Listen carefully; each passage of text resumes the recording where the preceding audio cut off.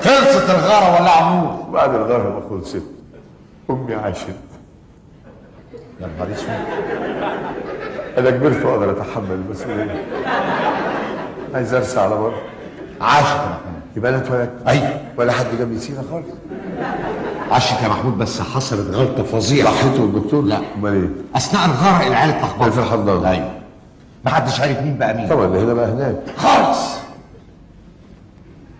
المخابرات المصريه بس هي اللي عرفت. والمخابرات المصريه كانت في الحضانه بتعمل ايه؟ ايه؟ كانت بتدور على الحفار. كانت هناك. انت مين اللي قال؟ هم. ماشي. المخابرات المصريه عرفت ان جدك وجدتك نزلوا مصر ومعاهم طفله تانية. فاطمه امي؟ أولجا كوهين ديفيد سمحون، على انها فاطمه محمد انور عبد الهادي. كبرت أولجا وهي فاكره نفسها فاطمه. اتجوزها عتريس المصري اللي هو ابوك. بعد سنه و15 يوم خلفوك وسموك محمود. للاسف يا محمود امك مش فاطمه، امك أولجا. امك مش مصريه يا محمود، امك المانيه يهوديه. انت لا تنطبق عليك شروط الترشيح لرئاسه الجمهوريه. عارف ليه طبعا؟ لا مش عارف. يشترط ان يكون المرشح من ابوين مصريين. ما ينفعش من اب وام. نعم. صحيح. بتقول ايه؟ من ابوين مصريين. لا اب وام. يا راجل انت غلطت يا راجل. ليه؟ اب وام.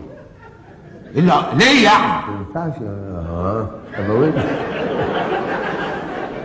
حرام. لازم فرخه وديك. ايوه يا محمود، ما هي مكتوبه. بقى مكتوبه غلط، صلحوها. من اب وام مصري كده صح. امك المانيه يهوديه، ترشيحك مرفوض.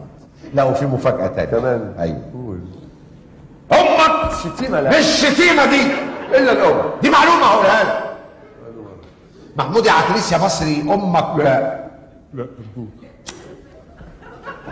محمود يا عتريس يا مصري، امك ملكه جمال المانيا. 30 سنه بسال نفس السؤال، النهارده لقيت الجواب. الوسامه دي جايه منين؟ نيل على عينك يا زلمه.